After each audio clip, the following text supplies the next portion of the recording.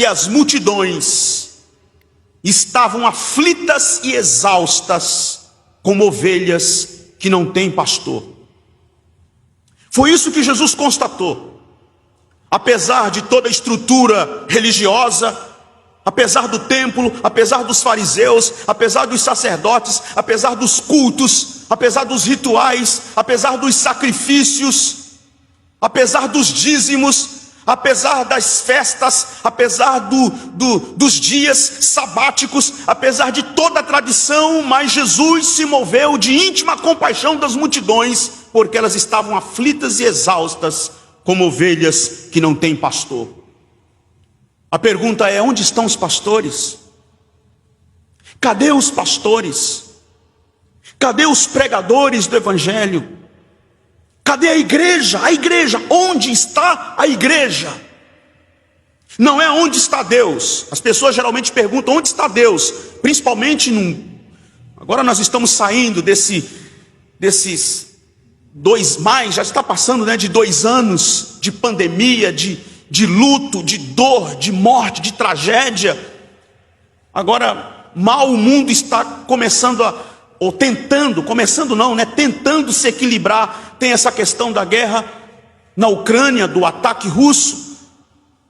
E as pessoas perguntam: onde está Deus? Mas a pergunta não é onde está Deus no meio da crise, da tragédia, da guerra, da morte, do luto. A pergunta é: onde está a igreja? Onde estão os pastores?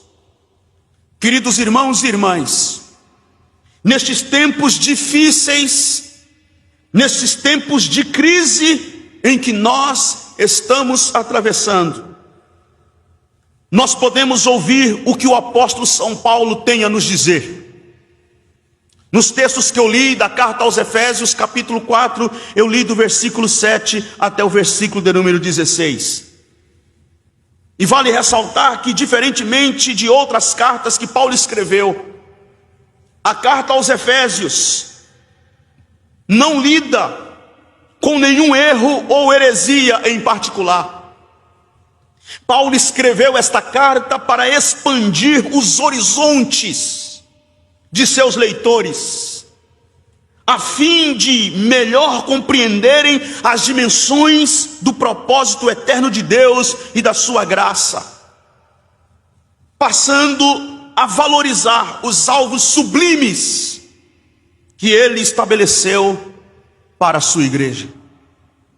E aqui Paulo destaca principalmente a excelência do santo ministério, os dons ministeriais, a vocação e os objetivos do ofício pastoral, mostrando que o Senhor exaltado deu dons aos membros, deu dons aos membros da igreja, capacitando-os para auxiliar uns aos outros e assim promover a união e a maturidade. E isso ele destaca no versículo de número 11 do capítulo 4. Ele mesmo concedeu uns para apóstolos, outros para profetas, outros para evangelistas e outros para pastores e mestres.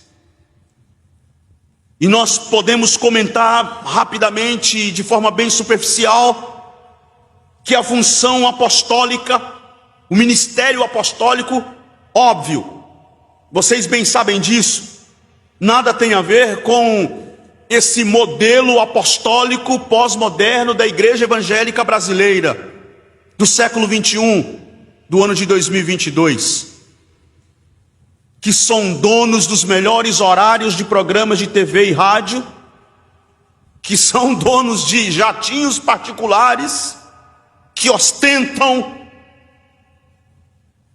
e pagam de executivos da fé. Aqui não. A função apostólica aqui era desbravar, fincar os alicerces e estabelecer as bases da igreja. Portanto, nós não reconhecemos ministério apostólico hoje. Não existe apóstolo no sentido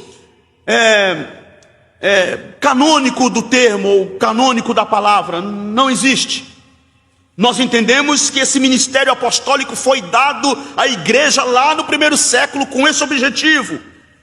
Eles fincam as estacas, eles estabelecem os alicerces, eles lançam as bases, eles desbravam, eles plantam igrejas, e saem plantando igrejas não é para ter lucro, saem plantando igrejas não é para enriquecerem, saem plantando igrejas não é para ter uma rede de mercado evangélico que distribui bênçãos, saem plantando igrejas a fim de que o mistério de Deus seja manifestado entre os homens, a saber, Jesus Cristo, a mensagem do Evangelho.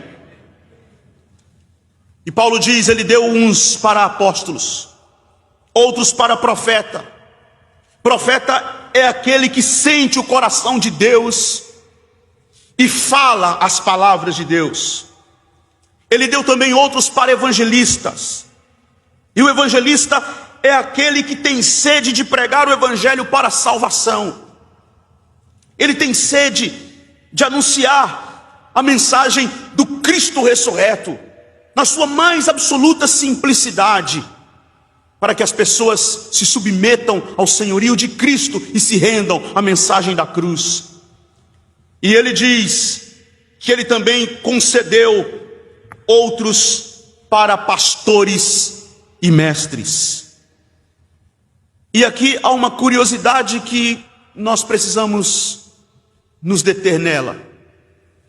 Pastores e mestres.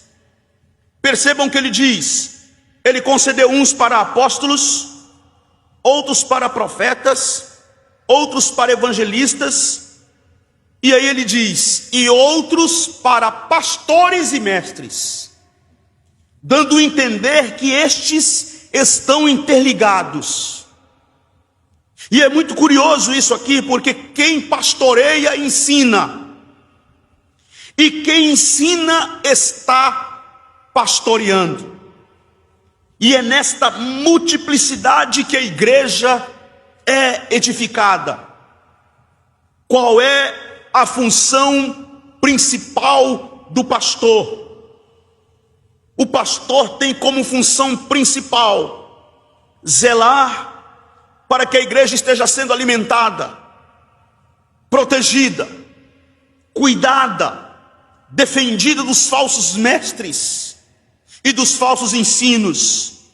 E no versículo de número 11, ou a partir do versículo 11, o apóstolo Paulo deixa algumas coisas claras para nós com relação à função pastoral, que são de extrema importância refletir nelas nestes tempos de crise. E ele diz para nós, em primeiro lugar, se nós queremos encarar